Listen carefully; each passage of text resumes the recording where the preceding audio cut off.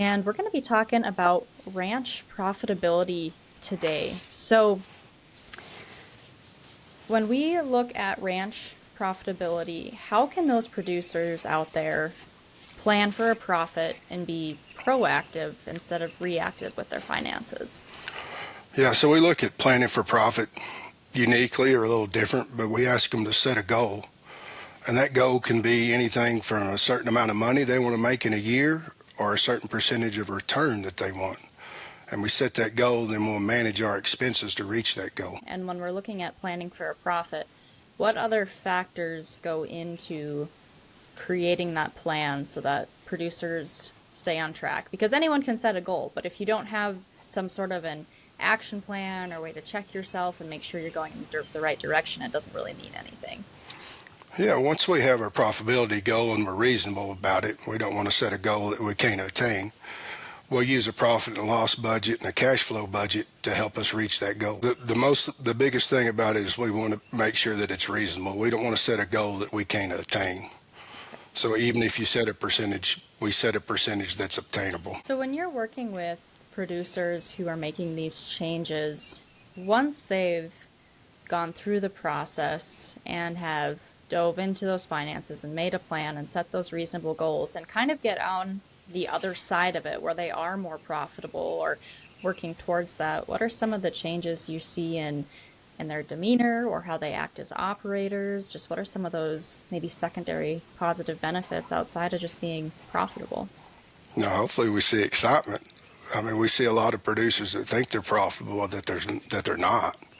They're subsidized with an outside income. They've inherited money, and they've been going on for years thinking they're profitable, but they're really not. So once they set that goal and we start working towards it, we actually get them to a profitable enterprise.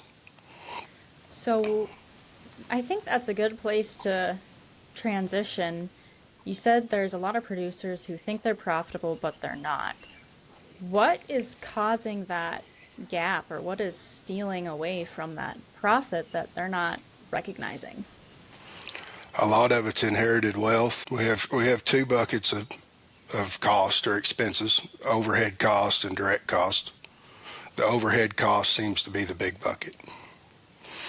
So, how do you define an overhead cost, just to make sure everyone's on the same page with the So conversation? overhead cost is cost that does not change as units of production change.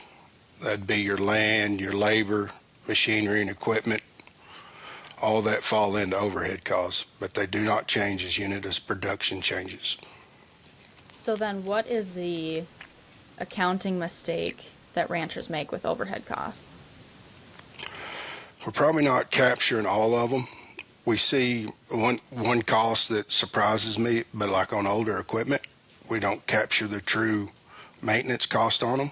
We see some people that think, well, I've got it paid for, so I don't have any cost associated with it. And there's some real cost in older equipment.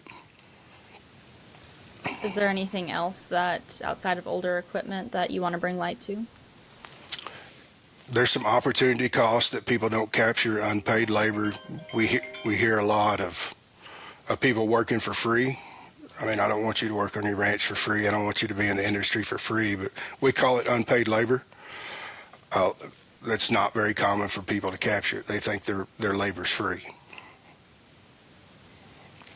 Yeah, I mean, I hate to say it, but that might be the majority of people are not accounting for their own labor when it comes to their ranch. And I think that's a generational thing, is we're just taught to work and work hard. So continuing on the overhead costs, what are some steps you take to help ranchers do better with accounting for these? So we create what we call a profit and loss budget. And a profit and loss budget for us includes a trading account, a gross margin worksheet, an overhead worksheet, and then it'll complete the P&L. But once we get into the overhead costs, we have a ratio that you can run, and we watch the trend year after year on your overhead cost. We want it to be trending down. If it's trending up, then we know our overhead costs are getting too high, and we can go in and look at our worksheet and figure out where it's getting too high. All right. So we define direct costs as costs that change as units of production changes. So every time you increase an animal unit, you increase one of those, your cost will go up. Examples is like your feed cost, your vet med cost. You could even have some marketing cost in that. But any cost that changes as you raise your units is a cost that we'll use as a direct cost. Okay. So, what is the main mistake ranchers make when accounting for, or maybe not accounting for, these direct costs? So they usually do account for all the direct costs, but what we see is they don't charge that enterprise a true value for it. And hay is a good example. So a lot of cow-calf producers, they produce their own hay, but they don't charge that cow-calf enterprise the actual value of it. They just charge what it costs of production. So like what we ask, like round bales is about $75 a bale around southern Oklahoma. So we asked them to charge the cow-calf enterprise $75 a bale to make sure it's profitable. Traditionally, a lot of people just roll that hay cost, all that machinery equipment up into the cow-calf enterprise, so they don't know if it's even costing them money. If we break it out into its own enterprise, so we have a cow-calf enterprise and we have a hay enterprise, that gives us an opportunity to see if it's cheaper to go buy hay, if it's still reasonable to produce it on our own property, and then we sell that to the enterprise that's going to use it at fair market value.